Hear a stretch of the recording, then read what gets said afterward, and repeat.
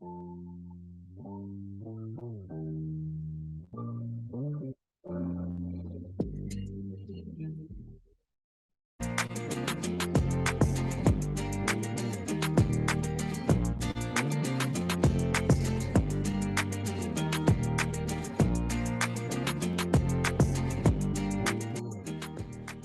we welcome you on into another episode of the Big Time Sports Podcast Show. It's Mitch Spinell and Mitchell Balla here. And for the first time in, let's say, 18 seasons, ladies and gentlemen, we start off this episode on a Cleveland Browns Victory Monday. This is a huge episode that we're going to get to today, and I'm very, very excited. So before we get into that, obviously, you guys know, follow the podcast wherever you listen to it. We're also here on YouTube. Be sure to like, subscribe, and hit the bell.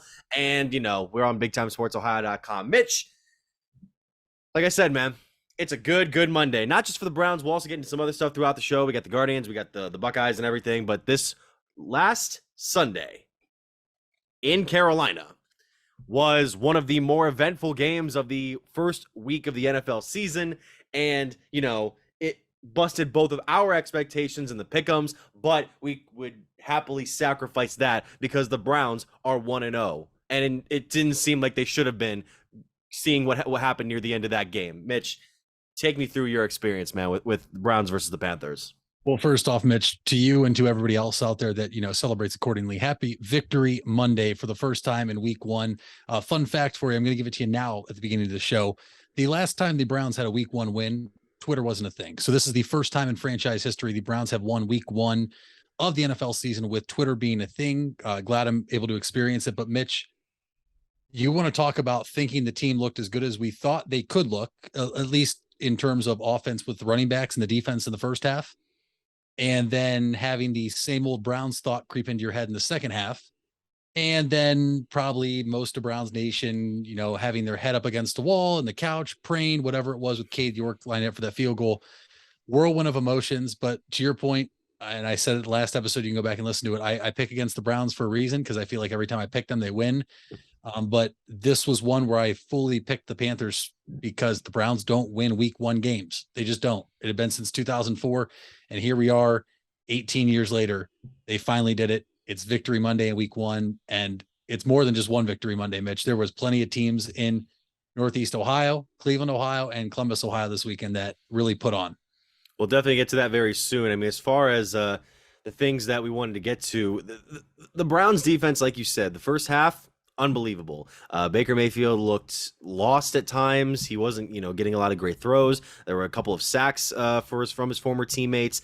And then it was a complete switch from the first half to the second, where there were a lot of big plays that were given up. The highlights being the busted play that Christian McCaffrey ran for 28 yards that set up a later touchdown. I believe that Baker ran in for, and then you get that 75-yard strike, which was very eerily similar to last season in Kansas City in the first game of the season, where the Chiefs had Tyreek Hill break away, and then Kansas City ended up winning that contest. But this one, they somehow pulled it off, and you drafted a kicker in the fourth round for a reason. Cade York has had a lot of hype this preseason. He can, you know, kick it from 60, 65, 70 yards away, apparently. Great kicker out of LSU. But I even said before the last kick of the game, these were the moments that I needed from him to show that he was the future.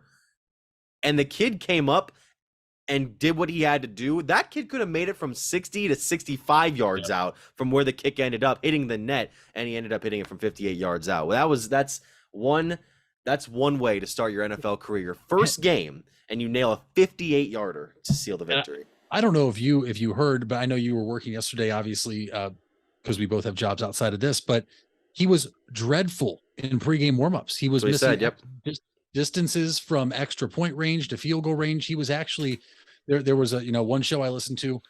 They said they were sitting there thinking, oh my gosh, we wasted a fourth round pick on this kid, because here's the moment, right? He's getting ready for his first game and he is shanking them left and right and can't get him there. And then lo and behold, he goes, he had 4 field goals yesterday, 2 extra points. So just great job by the rookie. Calm, cool, collected. You knew he had it in him because he did it in Florida or LSU, excuse me, at Florida. We saw in the fog before, but oh my gosh, 1-0. There's just so much to talk about this game. Mitch, the one thing I'll say, you saw the very worst of Baker Mayfield and the very best of Baker Mayfield, which we were accustomed to seeing. You saw that in the same exact game, because in the first half, he was dreadful. He was getting booed off the field. In the second half, our quote unquote top 5 defense looked pretty pathetic at times when you let Robbie Anderson get behind every single person in your defense for a 70-some yard touchdown pass. And then the whole same old Browns thought started creeping in when you had a couple penalties. You had guys missing their assignments. There was the one pass play on an out route to the sideline to Amari Cooper where Brissett missed him, and Cooper got up, took his helmet off, and walked straight to the bench, just furious. And you thought, oh my gosh, are these guys going to implode already in week 1? They didn't. And that's the first time we've ever seen that in this type of instance. And it's hopefully for just a sign of good things to come, because that's the type of game they're going to probably have to play a lot with Jacoby Brissett at quarterback. And Mitch, there was times he made some throws, and he led the game winning drive. Yeah. Sometimes though, that they probably could have had some more points on the board and they didn't. And unfortunately it was because of Jacoby Brissett. Yeah, there were a couple points there in the first half, and especially once it got into the next 30 minutes that I really started to get nervous, because he went 18 of 34, just 147 yards, and then he did get that touchdown to Kareem Hunt, which was just a loaf of bread being tossed in the basket to him. But I got to be honest, there were times where I'm thinking, is this really the guy we're going to have for the next 11 games this coming up? And to be fair, he, like you said, he did get that drive down the field. Got a bit of a break there with what was a roughing the passer, the hands to the face, basically. I saw it. It was just hands to the face. Couldn't get hands off. Those dangerous hands to the face. And then there was that weird intentional grounding that wasn't intentional grounding, because he went up to the thing and then he didn't. I was confused at that point. It looked awkward. There's no doubt about that. Anybody who watched the game can say it looked awkward. I didn't hear Jim Donovan's call on it yet. The reason they didn't call it intentional grounding, apparently, is even though it looked awkward how he did it, his 1 foot stayed planted, apparently. Right. Well, and so that was the difference between calling intentional grounding and not, but it looked very awkward. I hadn't seen an intentional grounding or a spike look that awkward before, unless it was a fake spike actual play. Yeah, there were just a couple of questionable calls earlier in that game. We mentioned the touchdown pass that Brissett had to Hunt, but the play before that, which was a long attempt to Cooper. First of all, this play that happened, I about had an aneurysm on it, because Brissett was about to run into traffic near both of the lines. He's rolling to his right a little bit. He throws across his body. It's the biggest lob of a pass anybody threw on that Sunday, and it's easily intercepted in the end zone. But because another one of the defenders basically pulled Cooper from the back to the ground, it was an obvious pass interference call. But if you don't get that, that's the easiest interception I've ever seen in my life. Those were more the things that made me more concerned about Brissett. There were some key throws that he made. Donovan Peoples-Jones, by the way, it was the most underrated player on the field yesterday. Yes. He had some of the most key third down receptions, diving for so many of them. And of course, Nick Chubb and Kareem Hunt, we have to shout out as well. Chubb, 141 yards, even though he didn't get a score. And then, there were some moments where with Stefanski, I thought he called a fine game. There wasn't anything I thought that really took away from the game for the team. It's just there were a couple moments where I was thinking, like, that's an interesting play call there. And there was the one strategy that he utilized near the end of the first half, where I believe I'm trying to go run this through my mind again and see if you can help me out on this. The Browns were trying to they use a timeout, or they set up like they were going to go for it on 4th and goal. Mm-hmm. They were a considerable distance away from the end zone. It was the 7-yard line. Yes. Goal from the 7. So it was technically 4th and 7, but you have to score. Otherwise, you turn the ball over right near the end of the first half. And Carolina had 2 timeouts at that point. Carolina, it seemed, in a desperate attempt to get themselves settled, because I don't think anybody expected the Browns to not kick a field goal in that instance, which they ended up doing. Carolina used a timeout. And there was a split between fans I saw where people were wondering, did Stefanski just trick them into wasting a timeout if they get the ball back with like half a minute left? or was it Matt Rule messing up and basically giving Stefanski a gift?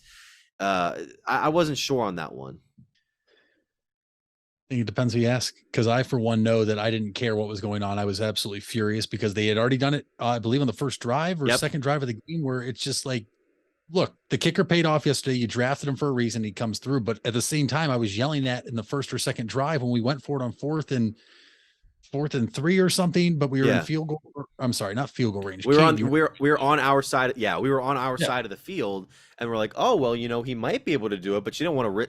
Stefanski even said after the game he didn't want to like make his rookie kicker go out there and have to just boot these long kicks in his first ever game. That's hard for anybody.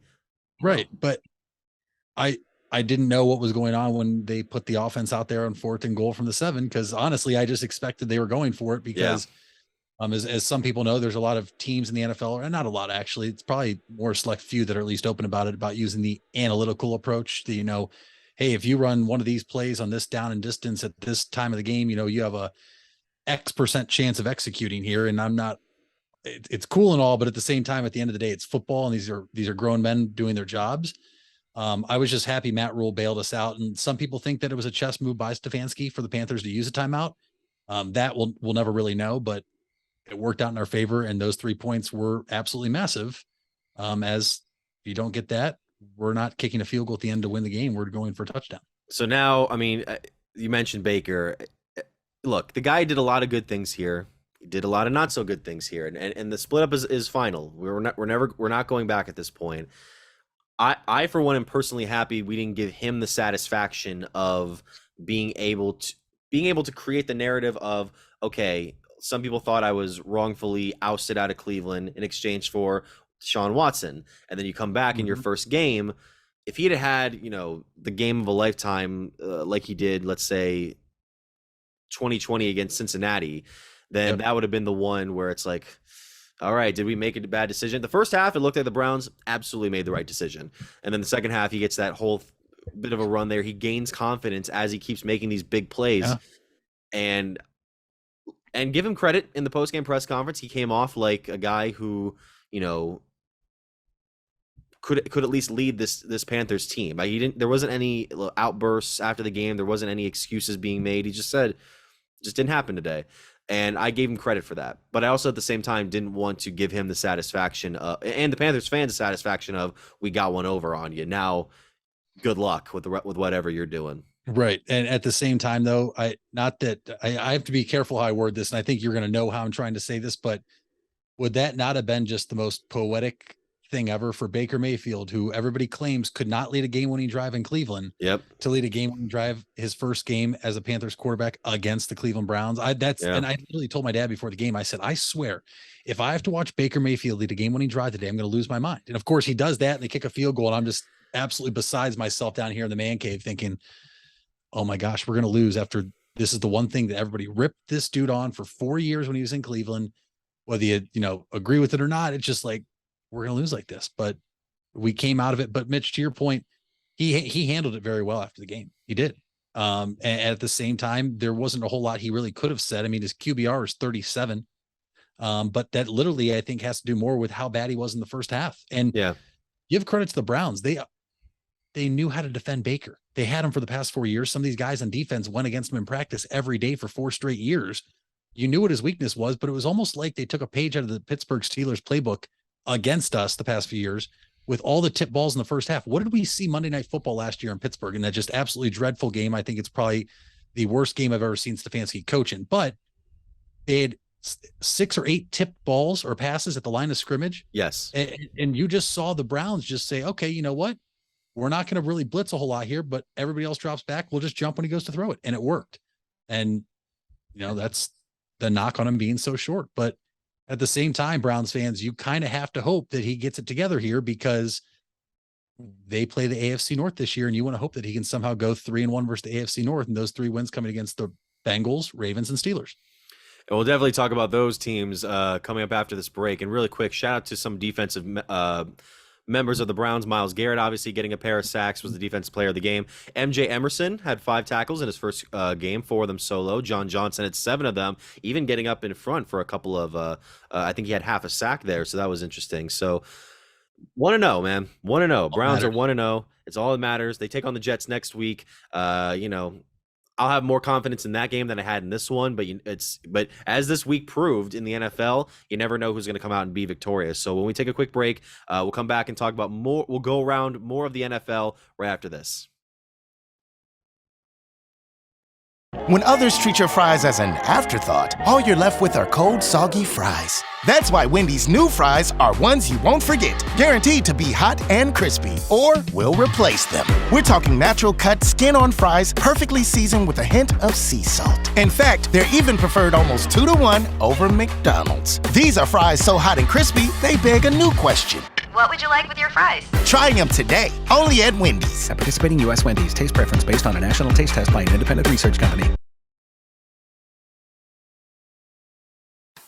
Buying a home has never been so affordable with record low interest rates. Hartzler's Quality Housing is ready to put over 40 years of experience to work for you. Family owned and operated since 1978, Hartzler's has a wide selection of model homes on site with a knowledgeable team to help make your new home a reality. Open 6 days a week, visit them off I-77 in Dover or online at hartzlers.com. Hartzler's Quality Housing. Quality from start to finish.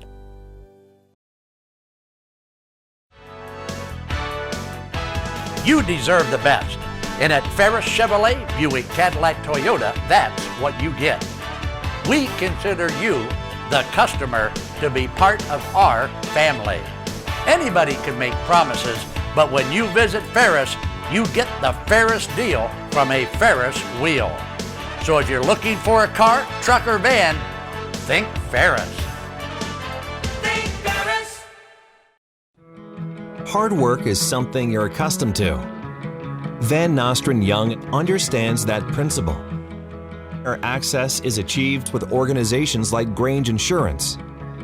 Safety and prevention specialists utilize our VanCan assessments process to ensure that you and your colleagues are in the best hands. You want the safest environment for your business, and we can guide you there. Call Van Nostrand Young Insurance in North Canton at 330-497-1867. And we're back here on the Big Time Sports Podcast Show.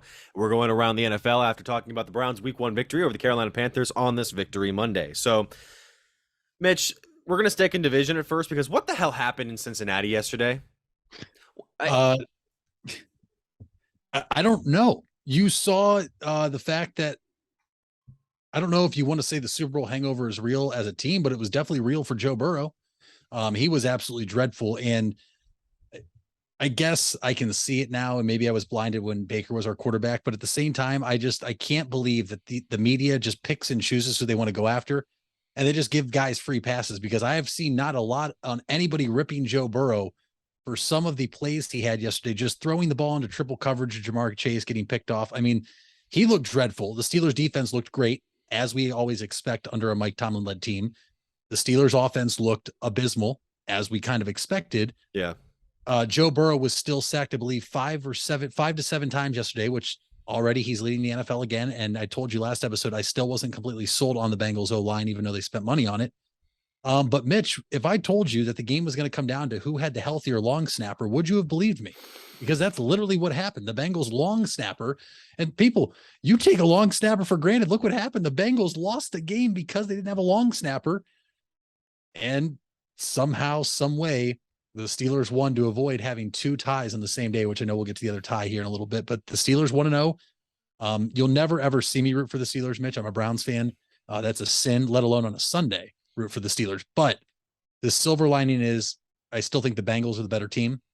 That win could ultimately help the Browns in some way, shape, or form when it comes to tiebreakers later this year, if they just take care of their business at the same time. Oh, certainly. I mean, 7 sacks, by the way, is how many times Joe Burrow was knocked down yesterday. 4 interceptions, 3 of them in the first half. And a fumble. 5 turnovers in overall. I mean, I think it's how some people were expecting Gobisky to look in the game yesterday, but he didn't look terrible. 21 of 38, 194. But this is, again, the offense for Pittsburgh wasn't good. they were able to stick it out, and it does come down to was it a missed point after at the end that Cincinnati was going for? Yep. It was blocked rather, not missed. And then there was a couple misses in overtime. The Steelers had an easy chip in at the end, and it was laces out with the one holder. And then of course they actually ended up getting it at the end from a pretty lengthy distance. So, it would have been nice to kind of see them tie just to get for the sake of just seeing ties in the NFL in general, but also so that would help us in the standings, so we could be the only, not the only AFC North team in first at the end of the day, because actually no, before I get to the Ravens, how about this? TJ Watt leaving with a pec injury, and that could cause some significant time lost for him. Najee Harris leaving with a lower leg injury. People forget that. I mean, that's I don't care. I'm not one to ever, no matter what the hate is, I don't root for injuries. Now, if a guy gets hurt, obviously people are like, oh, you're cheering he got hurt. It's like, well, my team's playing him. It's going to help us a little bit. But at the same time, TJ Watt, they're fearing right now, per reports out of Pittsburgh, a torn pectoral, which if it's a full tear, you're looking at, he's probably done for the season. A partial tear, they're hoping he could be back maybe around November, December. Najee Harris, I haven't really heard what the real diagnosis was. They took him off the field immediately to the locker room. He was back on the sideline for the rest of the game, Mitch, but he never entered again. He was still in uniform. All we know is it was a lower leg injury that took him out of the game. But two brutal blows if they're both out, whether it's just for a couple of weeks for Najee Harris or whether they're both lost for a significant amount of time. Brutal blows for the Steelers.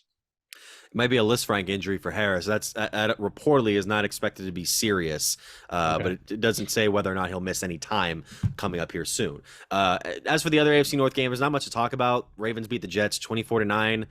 Lamar Jackson played fine. The bigger thing is that he ended up turning down that last contract extension offer, and he's going into the season basically playing on a bet on myself year. Yep. So he's going to have to return to his 2018 MVP status if he can convince the Baltimore Ravens to give him the money that he wants, which was reportedly not enough, even though it was almost fully guaranteed. Yeah, but it was not near what Watson was. And remember, people, what the Browns did with Watson isn't necessarily what it's going to forever be, but it is a benchmark for these players when they're arguing what they want. And that's obviously what Lamar Jackson's going for. But to your point, Mitch, he played fine. Nothing fancy, 17-30, 213 yards, 3 touchdowns, 1 interception. He took 2 sacks, but they won as they should, right? It was the Jets playing a backup quarterback, Joe Flacco, who's on his last legs of his NFL career. Shockingly threw the ball 59 times, which that's not going to be the most times you heard a quarterback throw a ball in this episode. You'll just have to stay tuned to the end for that one. But he did not throw the ball 59 times. I did not know that before we started recording today. 37 of 59 for 307 yards, 1 touchdown, 1 interception. Joe Flacco did. So obviously the old arm still has it. Who's the running back for the Jets? They're running back by committee. It's Michael Carter and Breece Hall, but God, 15 combined carries for 83 yards, and then Joe Flacco had 1 carry. That's insane. Okay, so looking over some of these other games, what were some of the ones that really stood out to you? There were a bunch of single point games. There were a couple very close ones, a couple of blowouts in there that were a little surprising, at least to me. Like, what were the ones that kind of caught your eye? Well, first off, let's just start with Thursday Night Football. The Bills absolutely dismantling the Los Angeles Rams. That shocked me, right? You could have said the Bills were going to win. I could have said, yes, I think I picked the Rams on our episode for Pick'em this week. I did not see a 21-point blowout coming in that game. But Mitch, other games that were great, the Saints and Falcons comes down to the last play. Saints block a field goal to beat the Falcons. Yep. The Bears and 49ers, actually, I don't know if you saw, they actually played at a water park yesterday instead of a football field.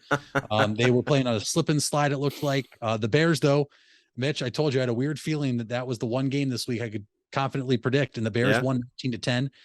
Justin Fields outplayed Trey Lance. Weird, kind of weird, like before the draft when they both came out, Justin Fields was the better quarterback. But hey, you know what? That's not the time or place. Eagles-Lions was entertaining. Eagles got up by a lot. But Mitch, the one that was wild to me in the 1 o'clock hour was the Colts and Texans. Yeah. The Texans were up 20-3 at one point, heading into the fourth quarter, and the Colts just looked like they still had Carson Wentz at quarterback pretty much. And they came flying back. Yeah. Yeah, Matt Ryan, I think, has been a considerable upgrade from Wentz, even though Wentz actually played pretty well yesterday up against Jacksonville and won 28-22. Yeah, that was strange. I didn't know what was going on with Houston. They got out to a good start. What was going on with Indianapolis more specifically, and then the fact that both teams couldn't scratch a point in overtime. Obviously, not the way the Colts wanted to start off the season. You would expect that to be an easier win against the Texans, but alas, I mean, now we're looking at. Who would be in first place in the AFC? Well, they would be now because the Titans lost to the Giants. And that's what I was going to say. The AFC South, no team won a game yesterday, and two teams played each other. The leaders in the AFC South right now are the Colts and Texans at 0-1 because the Titans and the Jaguars both lost yesterday. NFC West also went goose egg for this weekend too. We also have actually tonight would Monday would determine that. Obviously how about this? The Vikings like beating the Packers by that much? Like what is this receiving core for Green Bay really that bad? Well, just a PSA to the Green Bay Packers and their defense and their defensive coordinator. It usually helps if you cover the wide receivers, no matter who they are, let alone Justin Jefferson, who was just running wide open all day yesterday. Maybe they'll have a different game plan when they play them again in Green Bay this year. You'd have to hope so if you're a Packers fan, but the Vikings took it to them. It was an aerial attack. Cousins 23 of 32 for just 277, but it was really not that close. But at the same time, Mitch, I got an argument with my friends when it was 20-7. They said this game's over. I said, guys, no, who's the quarterback of the Packers? Yeah. They said, doesn't matter. This game's over. No wide receivers. I said, guys, I've seen it too many times. And they got down there numerous times, but had to go 4 and 4 down and couldn't convert. Yep. Aaron Rodgers looked I thought he wanted to, harm miserable team. Yeah. I mean, there was numerous plays where he dropped a ball in a breadbasket right through the wide receiver's arms, wide receiver bubble screen to the rookie out of North Dakota State, Watson, who never turned his head around. The ball goes right past his head. It was a rough watch, but keep in mind, folks, the Packers were the 1 seed in the NFC last year. They lost 3 games and they lost week 1 to the Saints last year. I believe it was like 41-10 in Jacksonville. This could just be what happens every year. The Packers just don't care enough to get ready for week 1. They want to see what other guys do. And we'll find out quickly here in the next couple of weeks, but I'm not overreacting so much in the Packers. I am buying the Vikings after 1 game. Yeah, I can see that.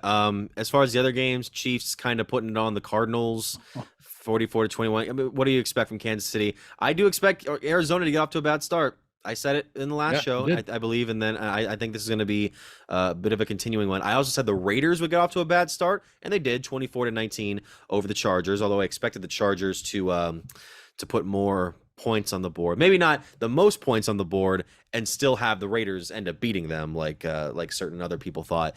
And then let's talk about this last game. The Philadelphia Eagles are going to win the NFC East at this point. It's over. It's over. It's first over. off, Mitch, a round of applause for, I believe we both picked the Eagles to win it before the season started. No, we didn't. Oh, you picked the Cowboys? Yeah. All right, then I'll just go ahead and give myself a pat on the back. This is over. It's over. The Eagles to win the NFC East before the season started. But to your point, Mitch, I'll please go back to your take. So Dak Prescott is going to be out after getting hand surgery, which for an injury he sustained in the 19-3 loss the Dallas suffered to Tampa Bay last night. That was not a pretty game to watch in Cowboys Stadium, in AT&T Stadium, whatever it's called at this point. Jerry's World. It's embarrassing. That was embarrassing for Dallas. Tampa Bay looks they're going to be fine this year, but the big story obviously now is that Dak is going to be out for 6 to 8 weeks at this point. Yep. Could be longer. Cooper Rush is going to be the guy. Like, it's over before it began. It is over before it began at this point.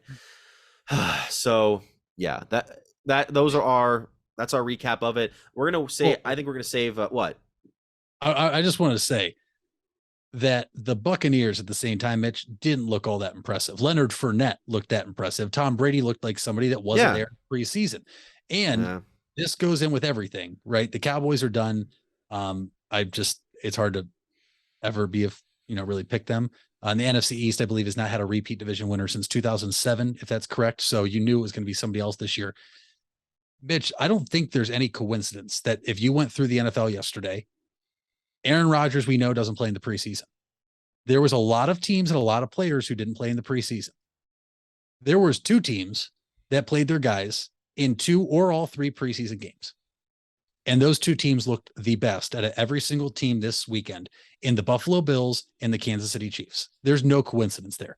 The guys that didn't play in the preseason looked terrible. Tom Brady, like 18 to 27, 212. Yeah, sure. Good game. They won 19-3. Still didn't look what we expect out of the guy who just led the league in passing last year. Sure. Jacoby Brissett, you could see, only got what, a half with the Browns. There was numerous times yesterday where you saw teams that didn't play in the preseason and it came back to bite them in the butt. And the Bills and Chiefs already after week one look like they're on a collision course to meet for the AFC Championship.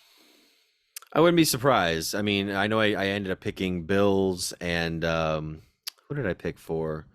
I almost didn't pick the Chiefs make playoffs. Oh, that's right. Yeah, you didn't. Yeah. I think it was Bills, and I'm going to figure it out here one way Ravens. or... Yeah, thank you. Yeah. So, but yeah, I think... Yeah, it's going to be one of those three teams, I believe, at this point. But I want to get your guys' thoughts on that in the comments down below. What were some of your biggest surprises of the NFL's Week 1? We also still have to get to the Broncos and Seahawks game, Monday night game. That was the second biggest revenge game because Russell Wilson is going back to Seattle.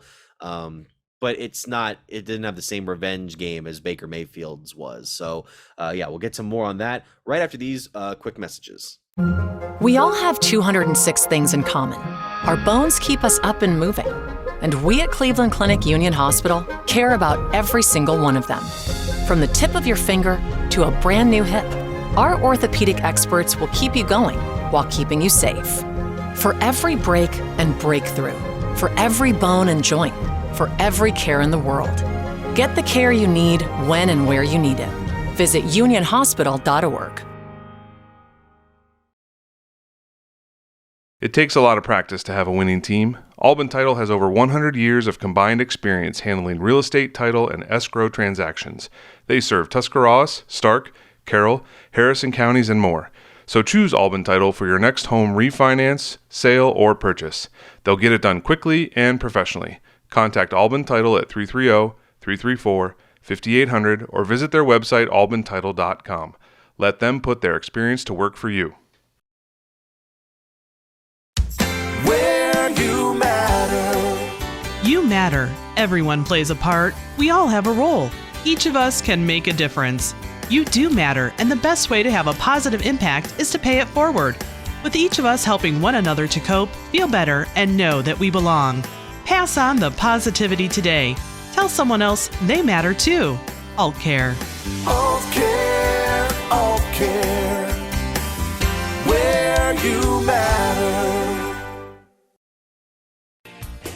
Fall is in the air and part-time career enhancement courses at Buckeye Career Center are on the horizon. Registration is now open for Introduction to Beekeeping, Basic Small Engine Repair, and Sign Language. These part-time offerings run on Tuesday evenings and begin in November. Let Buckeye Career Center help you learn a new skill or advance your current skill set. Call 330-339-2288 for more information or to reserve your seat in one of these or our other part-time classes.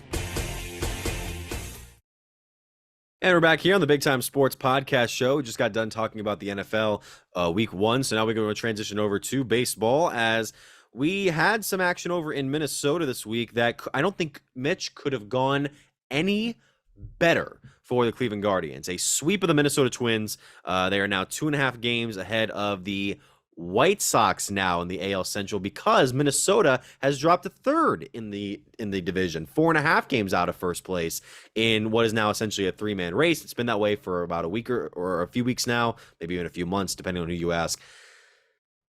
Mitch, this you couldn't ask for a better result if you were Cleveland, especially with some of the results they had the first 2 games up in the Twin Cities.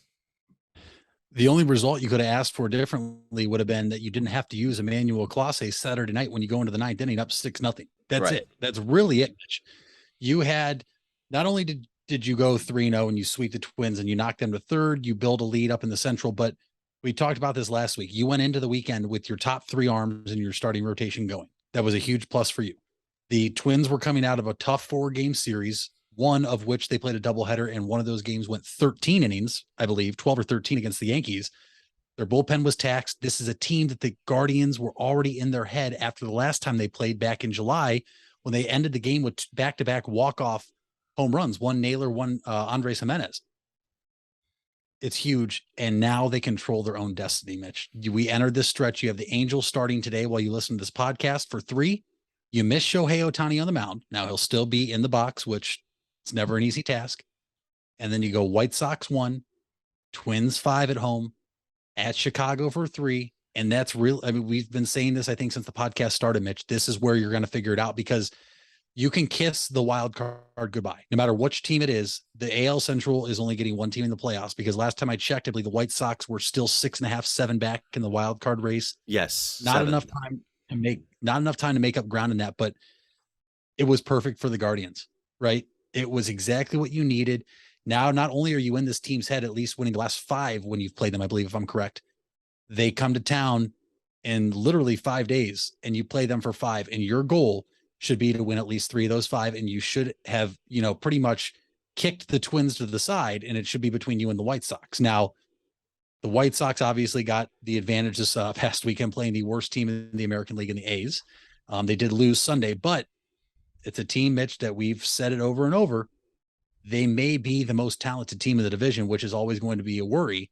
And they started to play well, but as for me, I'm ecstatic in where we are right now. If you would have told me back before the season started, hey, would you take them being in first place by 2.5 games on September 12th? I would have ran to the window with my ticket and money. I don't know. I can't wait to, I want to know how you feel and what you expect this week. It's a huge week. No, it was a great weekend. 5-1, by the way, on the road trip between Minnesota and Kansas City. And then with this Angels series starting tonight, all you got to do is not get swept. If you drop 2 games against them, I'm still okay with it, because then you're going into it against Chicago, and the White Sox will take on Colorado here in the next 2 days. So those could go either way. And then, of course, you have the makeup starting on Thursday. I'm looking at it more of as a 9-game stretch between September 14th and I'll say September 22nd, because that's where you have the makeup against the White Sox at home. Then you have the 5 games against the Twins, and then the 3 in Chicago. Though that's going to determine, in all likelihood, who's going to win the division. If the Guardians go on a tear here, then they're going to leave both teams in the dust. If the Twins can really take advantage of the 5 games they have over in Cleveland, then they could easily get back. I would say this: if Minnesota doesn't win 3 of the 5 games, maybe even 2 of the 5 games there, then they're out. They're out at that point. Yep. And then it's going to be between the White Sox and the Guardians. And then that 3-game series in Chicago is going to likely be the deciding factor. Now, obviously, the Guardians have 1, 2, 3, 4, 5, 6, 7 games after that between the Rangers, Rays, and the Royals. So if the teams are still close, and Chicago goes off and does its thing, Minnesota goes off and does its thing, then we could see the division being decided on the last day even. So I'm not saying fully that these 9 games will completely solidify it, but it's going to give us a good idea of what team is going to be in the driver's seat come the last week of the season. And I'm going to be up there at the ballpark a couple of times to really try to take in as much as I possibly can. Actually, you know what? Excuse me, not 7 games after the stretch. It's 8, 9, 10, 11, 12, because we still have 5 games going into October. So 12 more games heading into the season. That's on me. But it's going to be competitive no matter what.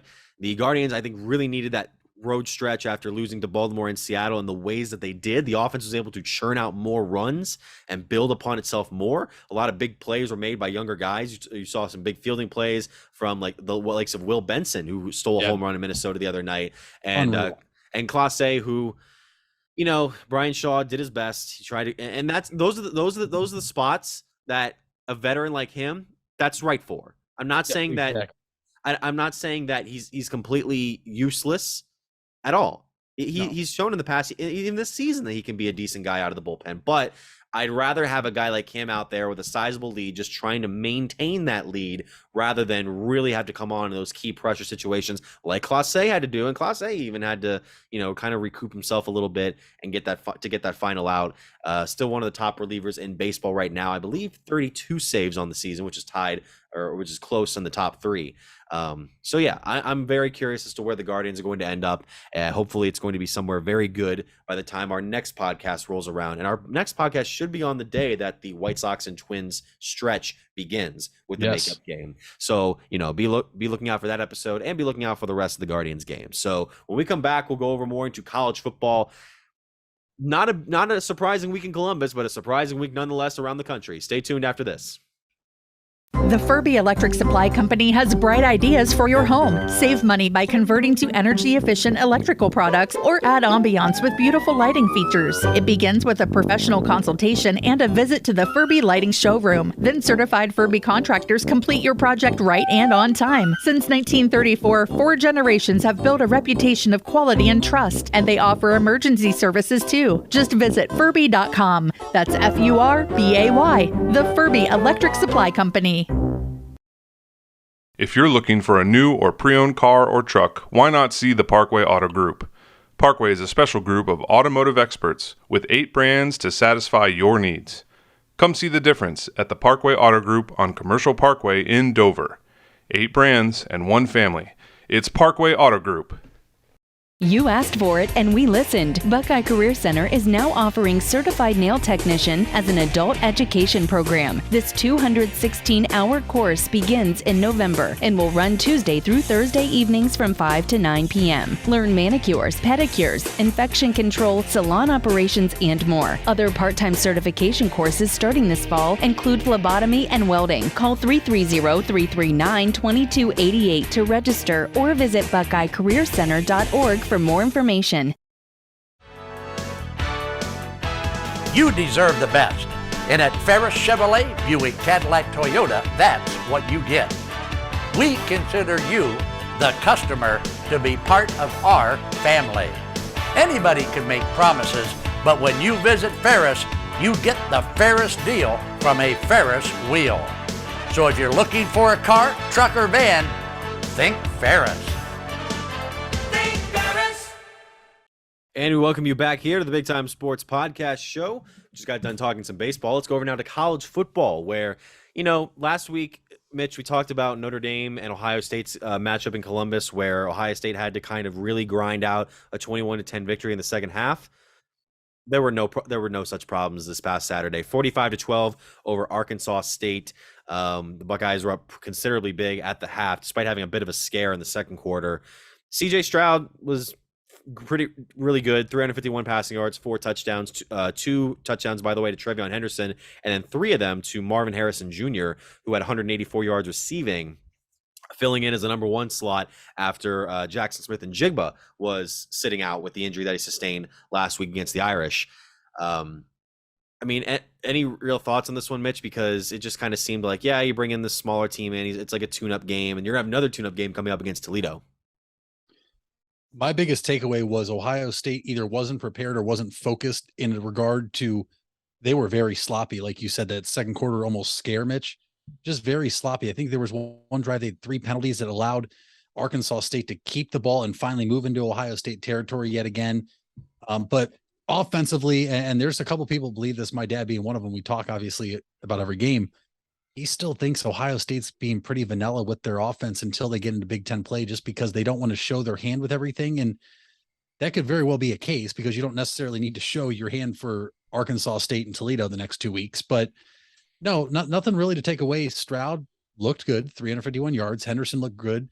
Marvin Harrison Jr. looked like the guy we expect him to be here, either this year when Jackson Smith and Jigba's back, or next year when JSN leaves and Harrison will step into the number 1 role. Shout out to Brian Hartline, man. He's recruiting the best wide receivers in the country, and they are coming here and they are just, it's awesome. It's awesome because it doesn't matter. We're at a point right now where with 1 wide receiver out, the next guy in is just as good. So the other team does not get a break. And that is a huge benefit for your team. And I can't wait to see what these guys do once we head into Big Ten play here. I believe starting the 24th when Wisconsin comes here, but Toledo this week, night game actually at the Shoe, which pretty cool for, Toledo. You see a lot of these schools from the MAC in our area, Mitch, they go and they get these big paychecks and they play these teams, and then it ends up covering their athletic budget for years to come. But I think it's a little more sweeter when you get paid to go play a team and you end up beating them. Did that happen this weekend? It happened a few times. Here's the thing. The big one that happened this week, let's get it out of the way. In South Bend, of all places, Notre Dame falling to Marshall, the Thundering Herd, 26-21. Marshall pulling away in that fourth quarter with a couple of key interceptions. One of them brought back for a touchdown. That is not the way I think people were expecting the Marcus Freeman era to start off, with back-to-back losses. Maybe one loss to Ohio State, fine. This one, no. That's 3. He is now 0-3. Yeah, but you know, the bowl game, yeah. But yeah, that's it's painful. And if you're not a Notre Dame, and I'm not even really a Notre Dame fan, I just see it as oof. But at the same time, there are a lot of people that are reveling in the fact that the Irish they might be unranked after this week, much like Texas A&M, who lost to Appalachian State 17-14. Appalachian State avenged last week's crazy loss to North Carolina with a better win over a top 10 school.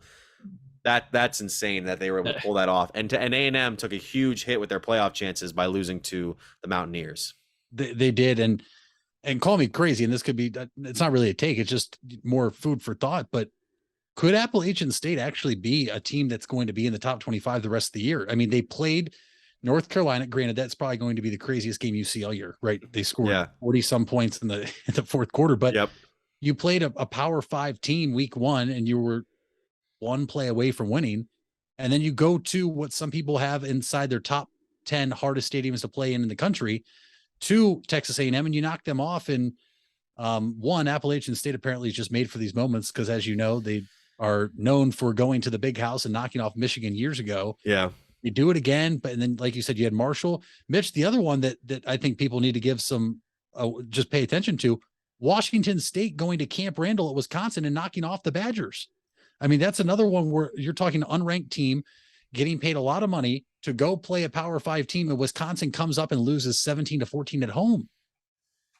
To be honest, I thought you were going to say BYU's double overtime win over Baylor, but that's a good one too, because I mean, that really helps Ohio State, obviously, going into their matchup in 2 weeks. And yeah, good for the Cougars, man. That's a very solid victory. Even for a Pac-12 school, the Pac-12 is kind of in a bit of a struggle this year. One of the schools, though, that's not struggling right now is USC, who beat Stanford. And USC is piling on those points, man. Lincoln Riley looks like he's doing something with that offense that's going to make USC a potentially viable Pac-12 school if they can win out the rest of the season. Because you lose one in this conference, you're done. Yeah. Speaking of Michigan, go ahead. I was going to say, we talked last week about this is realistically the Pac-12's only shot. And not only does USC have to win, but Mitch, you said they put on points and put on a lot of them. This is style points, right? In the NFL, there is nobody judging you on how you look. It's literally, did you win or lose? And that's how you're getting in. In college football, it is, did you win? How good did you look? And what did you show us? And that's what USC has shown through 2 weeks. And granted, Lincoln Riley, new head coach there, it always helps. So when you have someone you're familiar with, and he did take Caleb Williams from Oklahoma to USC with him. That's looked great through 2 games. But USC ranked 10th right now. They're obviously going to jump up after there was a couple of losses inside the top 10. You could be looking at the Pac-12 having, I might be out of pocket here, but having a top 5 team here within the next couple of weeks if they continue to win and are very impressive. I'm happy you said within a few weeks, because I was going to say they're not going to make top 5 at this rate. Maybe top 7 or 8, but if a team goes down here, I could easily see them jumping if they continue to win. You mentioned Oklahoma. Let's get to some of the games that obviously were the ones that were expected to win. 33-3 over Kent State. We were up 3-0. We had them for a second, and then we didn't. Michigan beating Hawaii as expected, 56-10. And then, of course, the one that was expected to win, but it wasn't expected to be in that way. Top-ranked Alabama pulling it out in Austin over the Longhorns. And, I feel for Texas fans personally. I don't know about if other people do that, but it felt so close. Quinn Ewers felt so close to becoming the guy for Texas, and now he's out 4 to 6 weeks with with an injury. Yeah, it's tough. There are these programs, Mitch, that you hear year in, year out that are historic programs. Now, granted, Ohio State, Michigan, Notre Dame are 3 ones that no matter who you are, they are 3 of the most historic college football programs. For the most part, whether you agree or not with Michigan, and as much crap as I give them, they are still year in, year out a powerhouse. I mean, Michigan's worst year under Harbaugh was 3 or 4 losses. Texas has had years where they're struggling to go 500.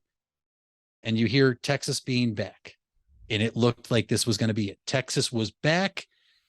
and then Texas wasn't back. And, if Quinn Ewers plays that whole game, do they win? With how he was playing, you have to think so. But my whole thing goes deeper, and you could say I'm way off base here.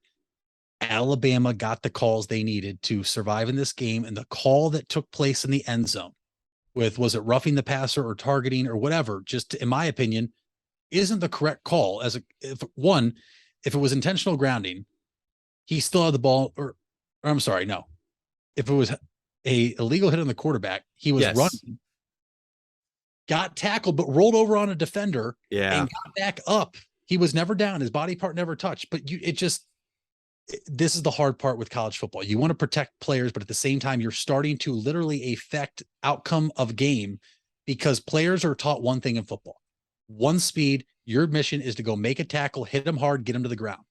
And now you're starting to see plays where guys kind of have to second guess it, and they're either missing tackles or that happens. And then you kind of look over at your sideline, like, what am I supposed to do? And it just, Alabama continues to get the benefit of the doubt week in, week out. I think it's hilarious that they only fell one spot to number 2. I really do. If this is a lot of other schools that go on the road and have a game like that, I think they slide. Look, Ohio State beat a ranked team. Now, granted, they're 0-2 now after week 2, but beat a ranked team at home and slid one spot.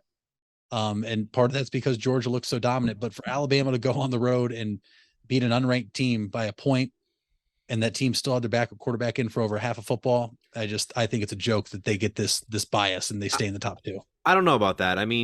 It's not a great looking victory for Alabama. I think the committee's still looking at a school like Texas, and they're still going to give them more of a benefit of the doubt than if they had barely beaten a school like, for example, the team that the Bulldogs beat, Samford. If they had beaten Samford 2019, that'd have been like, what's going on with this school?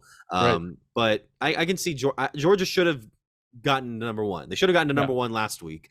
And then Alabama and Ohio State, Alabama is going to have the edge because they started off higher, and Ohio State just played Arkansas State, so it's really not that big of a deal.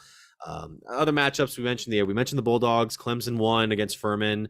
We also had Kentucky upsetting Florida after Florida upset Utah last week, 26-16. Good win for the Wildcats there. You don't see a lot of big wins for them in football. Utah took all their frustration from last week out on Southern Utah, 73-7. Scored 38 points in the second quarter alone. Akron got demolished by Michigan State, 52-0. Michigan State's a sneaky number 14 right now. They are. Watch out. I'm keeping an eye on them right now. And then October 8th. Yeah. Ohio State goes on the road to East Lansing. Game time not yet decided, and you have to wonder if some of these teams keep tripping up and Michigan State somehow finds himself around the 10 range. Is that going to be a night game on the road? And that could be a very tough game for Ohio State. Yeah. We also had Tennessee upsetting Pittsburgh, 24-17. And then what was the last one? Oh, yeah. Texas Tech upsetting number 25 Houston in double overtime. So those are the games that we got to from college football. You got one more? I got one more, Mitch. Georgia Southern knocking off Nebraska. And with that, Scott Frost being fired as head coach of Nebraska. There was the buyout clause, I believe, after week 6, where Nebraska would have saved a lot of money. The Cornhuskers athletic department AD said absolutely not. Not only was that a bad loss to a school that you paid a lot of money to come to. Here, I'm full of fun facts today. Nebraska at that stadium in the history of the program since they've moved to that stadium was 214-0 when scoring 42 points or more. And Nebraska under Scott Frost was 11-0. They are now 214-1. Yeah. Nebraska lost 45-42 to Georgia Southern. Now Scott Frost is out as head coach of the Cornhuskers. Just overdue, as some people are already saying. Right, this is a move that could have been made last year, maybe 2 years ago, just because this team never showed improvement in a lot of parts of the team. But that I wanted to make sure we mentioned that, because that is something we talked about through week 0 and week 1 with Scott Frost, Nebraska, and now he is gone. And Nebraska has a new interim head coach for the time being, and the Cornhuskers now fire up the rumor mill. Fire up what coach is it going to be, because there's already the rumor out there that it's Urban Meyer, whether you want to believe that or not. But it's just fire up the rumor mill. I just want to make sure I was able to throw that out there to the audience and make note of that the one story we had been talking about that nobody really paid attention to this weekend because of all the upsets took place, and Scott Frost is gone. Yeah, I'll bet you there's some Big Ten officials that might want Urban to go to Lincoln, maybe because not only would it bring some gravitas to the program, even though people thought that was going to happen with Frost, but also, they could probably schedule a game in Columbus or in Lincoln, between a certain also red wearing school. Also, you mentioned that buyout, $15 million. If they had just waited a few more weeks, it would have been like cut in half from what I remembered. Was it really worth that much more money to get this guy out of your program? You only had to wait a few more weeks? I agree, but I think it just goes to show you that the leash was already short, right?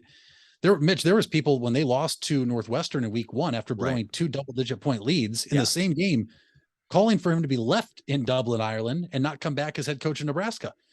And they get a win last week. It wasn't pretty. And then this happens. I think, unfortunately, they had no choice. And let's be honest, the AD that makes the firing, it's not his money, right? It's the school's money that goes into the athletic department, and they'll get it back eventually. And if it's the right move to hire who they hire now as the replacement and they show improvement and he can get some recruits, then it's ultimately going to be the best thing, because you have to remember, when a head coach gets fired, his upcoming recruiting class and any future recruits, the recruitment is then open if they had signed. So maybe Nebraska said, hey, we like some of these guys that Frost has signed to us coming. We got to do this now and try to convince them to stay, rather than, you fire them in week 7 and these guys are just flipping commitments like that, not seeing what this coach can really do. There's plenty of options and opinions out there, but to your point, I mean, all they had to do was wait a couple more weeks. But I kind of saw, once I saw that final score, I kind of figured it was over for Scott Frost.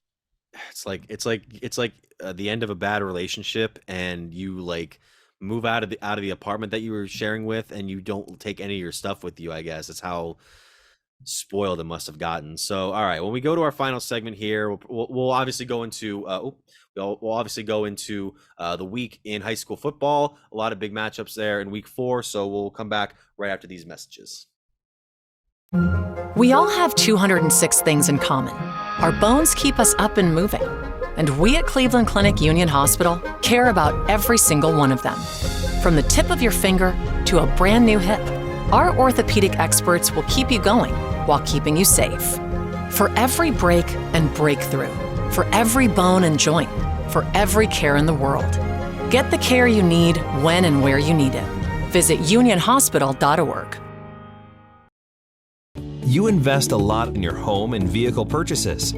Van Nostrand Young and Associates want you to feel secure should anything happen to those investments.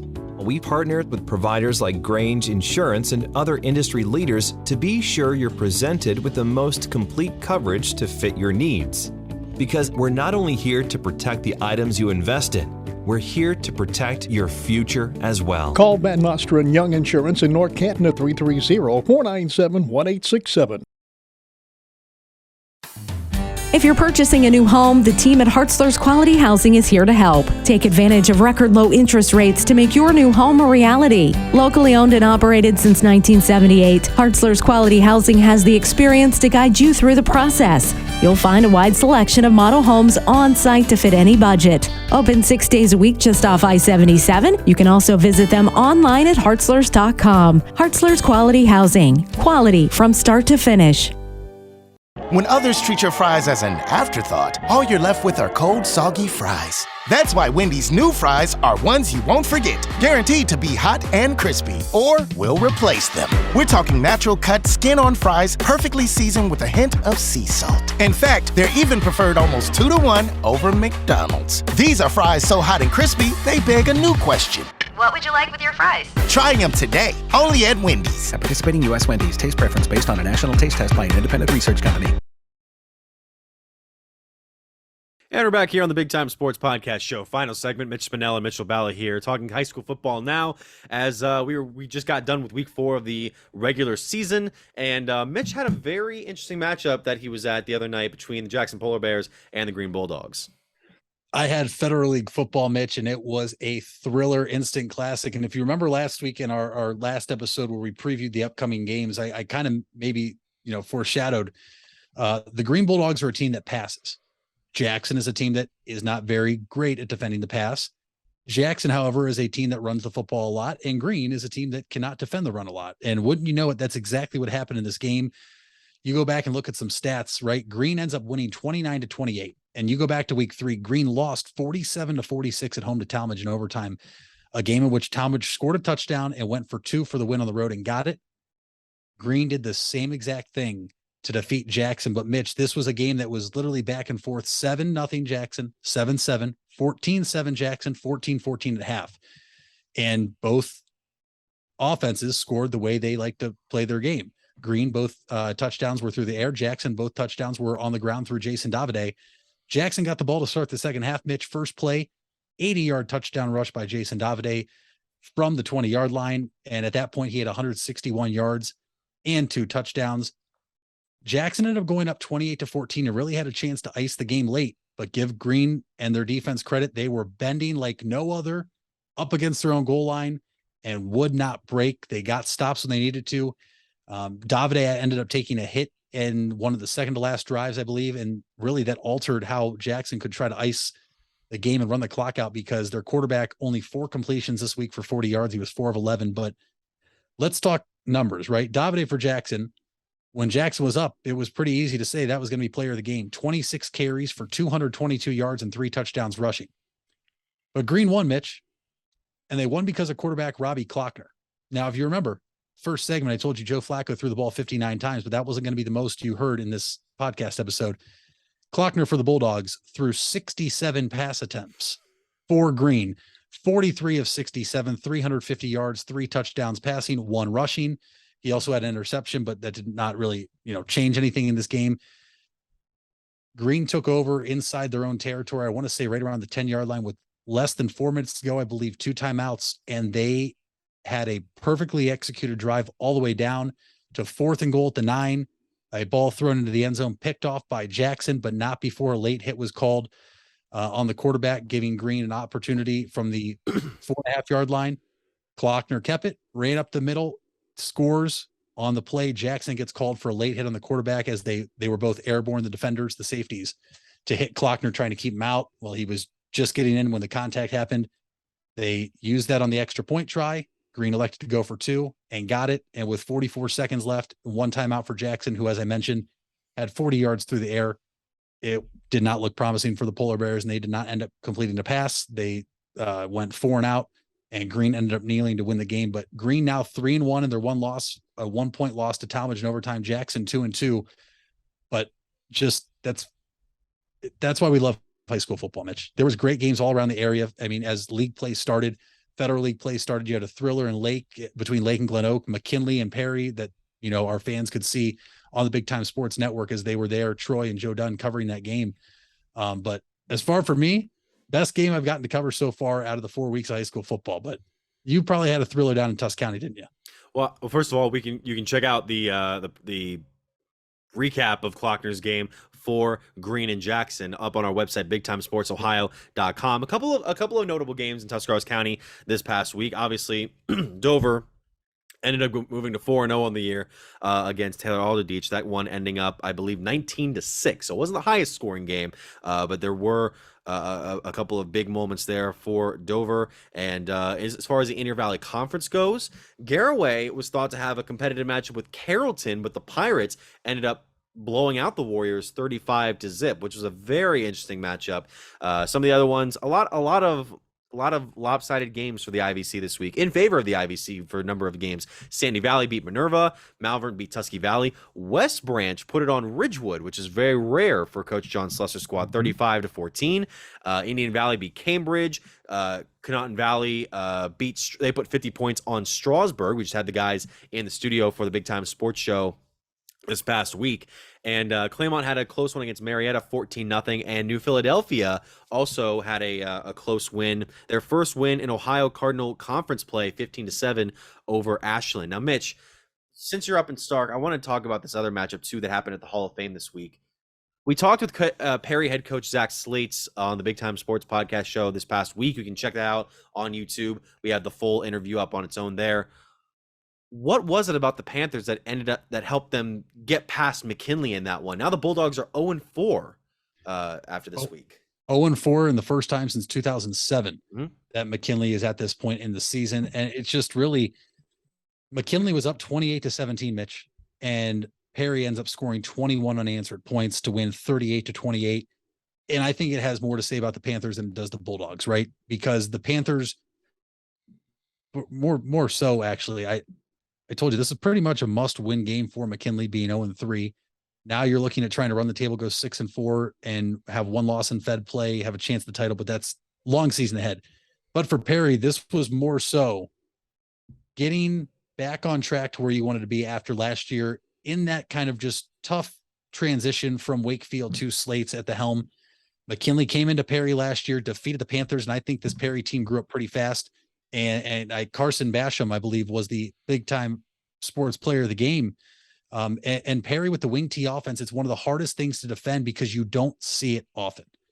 You really don't. And unless you're accustomed to practicing against it or running it yourself, teams generally have a tough time with it. And we saw last week at Euclid, it was Church who did all the running for Perry. Now it's Basham. It's literally every other week. Which one is it going to be? But Perry gets a huge win. Now they get to go back home. They'll host Jackson and Mitch. Perry's a team that I didn't really consider to be a team to play a factor here in the Federal League. But as things are starting to line up as we head into week 5 here, Lake is on paper and just what we've seen so far, clearing away the best team in the Federal League. Glen Oak gave him a game at Lake. Glen Oak's growing up faster under head coach Scott Garcia, his second tenure there as the head coach. Perry looks good. And Green has, I believe, just completely stunned everybody after, like I said, they lost over 20 players from last year's Final Four team. And they are a young team, but get Robbie Clockner to transfer in. The Federal League is shaping up to be a lot of fun. And I will be absolutely shocked. I'll go on record right now.